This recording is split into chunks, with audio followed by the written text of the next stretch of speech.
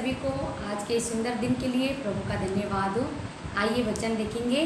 सभोपदेशक की पुस्तक 11 अध्याय और उसका 6 आय, और उसमें इस प्रकार से लिखा हुआ है, भोर को अपना बीज बो और सांझ को भी अपना हाथ ना रो, क्योंकि तू नहीं जानता कि कौन सफल होगा, ये या वो या दोनों के दोनों अच्छे निकलेंगे। सच में हमारे लिए कितना आनंद का ये विषय है कि प्रभु हमारे जो हम बीज बोते हैं उन बीज को कभी भी व्यर्थ नहीं जाने देना चाहता, और प्रभु ये चाहता है कि हम भी ना रुकें, हम भी लगातार प्रभु में लगे रहें, लगातार प्रार्थना करते रहें, आराधना करते रहें, प्रभु के वचनों पे ध्यान लगाए रहें रात दिन, और प्रभु के लोगों के साथ में संगति में रहें। सच में हम धन्यवाद देते हैं ऐसे प्रभु का जो वो हमारी चिंता करता है। बीज बोना क्या है? जब हम प्रभु के वचन में देखते हैं मत्ती में, तो प्रभु इन वचनों को ही बीज बोल रहा है, और वो कह रहा है कि ये जो बीज हैं वचन के, हम कैसे इनको अपने जीवन में लेते हैं, कैसे हम अपने जीवन में इनको बोते हैं। क्या ये सिर्फ वचन सुन के हम सिर्फ इतना ही तक रह जाते हैं कि ये वचन बहुत अच्छा है, या हम इससे ऊपर निकल के आते हैं और ये कहते हैं कि नहीं, अब प्रभु की मैं इच्छा जान गया हूँ और ये वचन मुझे आज मिला है, प्रभु की इच्छा पूरी हो, आज से मैं अपने समय को व्यर्थ नहीं जाने दूंगा। प्रभु ने कहा है भोर को सांझ को अपना हाथ ना रो, और इस प्रकार से हम लगातार प्रार्थना में रहने पाएँ। जब दाऊद कहता है भजन संहिता 34:1 में, मैं हर समय यहोवा को धन्य कहा करूँगा और उसकी स्तुति निरंतर मेरे मुख से होती रहेगी, तो वो हमको सच में इस बात के लिए उत्साहित करता है, और वो ये कहता है कि मैं हर समय, हम लोग भी क्या करें, हर समय प्रभु की स्तुति करें। हम सोचते हैं कि हम हर समय कैसे कर पाएंगे, है ना, हम हर समय कैसे प्रभु की स्तुति कर सकते हैं, बहुत ढेर सारे काम होते हैं, बहुत सारा और भी चीज़ें होती हैं, है ना। लेकिन फिर भजन संहिता में दाऊद इस प्रकार से क्यों कहता है? क्योंकि जो हमारा मन है परमेश्वर उसको देखता है, हम किस प्रकार से अपने मन में प्रभु की स्तुति कर रहे हैं। एक समय ज़रूर होता है हम निकालते प्रभु के सम्मुख बैठते हैं, हम पर्सनल समय बिताते हैं प्रभु के साथ में, हम अपने लोगों के साथ में, अपने अगुओं के साथ में हम एक समय बिताते हैं, संगति में रहते हैं, हम किसी के लिए प्रार्थना करते हैं, वो एक समय होता है। लेकिन उससे भी बढ़कर हम समय दे सकते हैं जब हम काम कर रहे होते हैं, हम अपने मन को प्रभु की ओर लगाए रहें। जब हम कुछ भी काम कर रहे हैं, जहाँ आ रहे हैं, लेटते उठते समय, बैठते समय, हर समय हम प्रभु के वचनों पे ध्यान लगा सकते हैं। तभी तो प्रभु के वचन में लिखा है, रात दिन जो उसकी व्यवस्था पे ध्यान लगाए रहता है, ऐसा ही पुरुष सफल होता है हर एक काम में जो वो कार्य करता है।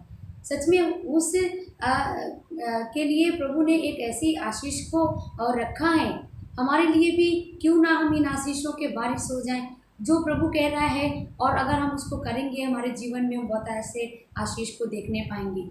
प्रियो, जब भजन संहिता 55 का 16 और 17 पढ़ते तो उसमें लिखा हुआ है, परंतु मैं तो परमेश्वर को पुकारूंगा और यहोवा मुझे बचा लेगा, सांझ को, भोर को, दोपहर को, तीनों पहर मैं दुहाई दूंगा और कराहता रहूंगा, और वो मेरा शब्द सुन लेगा। दाऊद भी कह रहा है मैं हर समय पुकारता रहूँगा। जब डैनियल को देखते हैं, उसकी इतनी खराब परिस्थिति थी, और उस समय भी वो ये कह रहा है कि नहीं, वो जैसे प्रार्थना करता था, 3 टाइम बैठ के वो प्रार्थना करता रहा, वो अपने मन को प्रभु की ओर लगाए रहा, इस बात की चिंता नहीं करी कि आगे क्या होगा, उसे मालूम है परमेश्वर संभालेगा।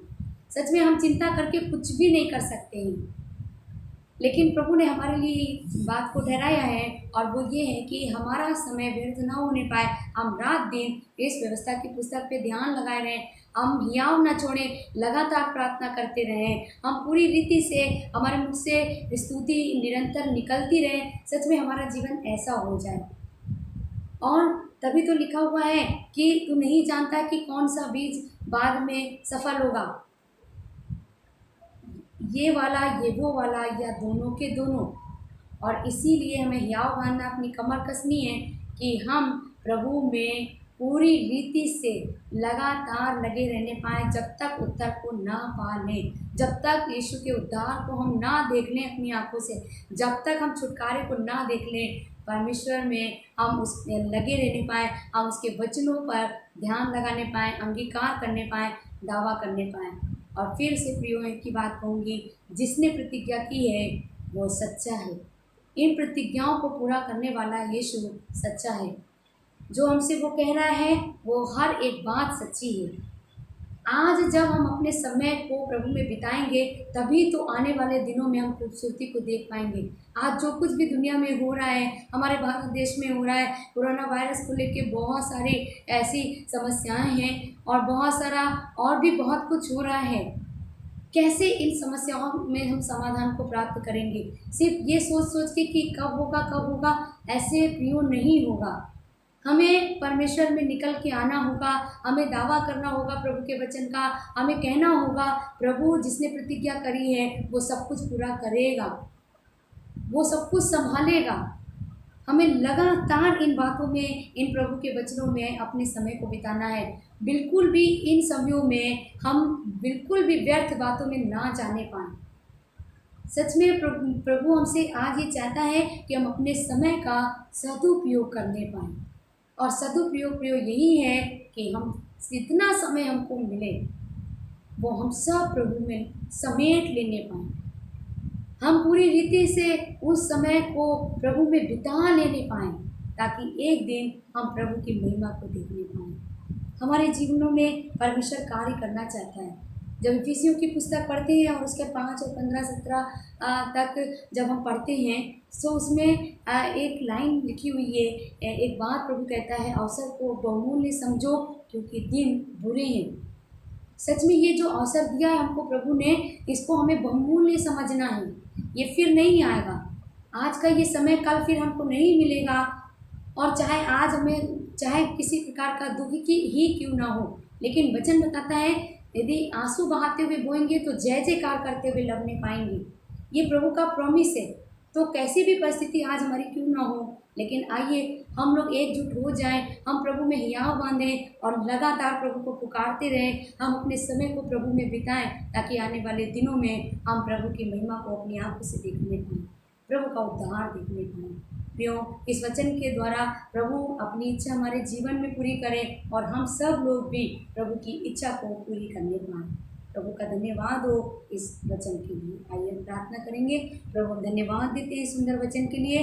हम जितने प्रभु इस वचन को सुनते तेरी आशीष होने पाए। प्रभु हम चाहते हैं आज से हमारा कोई समय व्यर्थ ना जाने पाए, व्यर्थ की बातों पे हम मन ना लगाने पाएँ। बस एक ही बात हम पकड़ लें, जो कुछ हम प्रभु आप में करेंगे उसका जो परिश्रम है वो कभी भी व्यर्थ नहीं है। प्रभु हम आने वाले दिनों में पूरी रीति से प्रभु आपकी महिमा देखेंगे और अपनी हर एक प्रार्थना का उत्तर देखेंगे।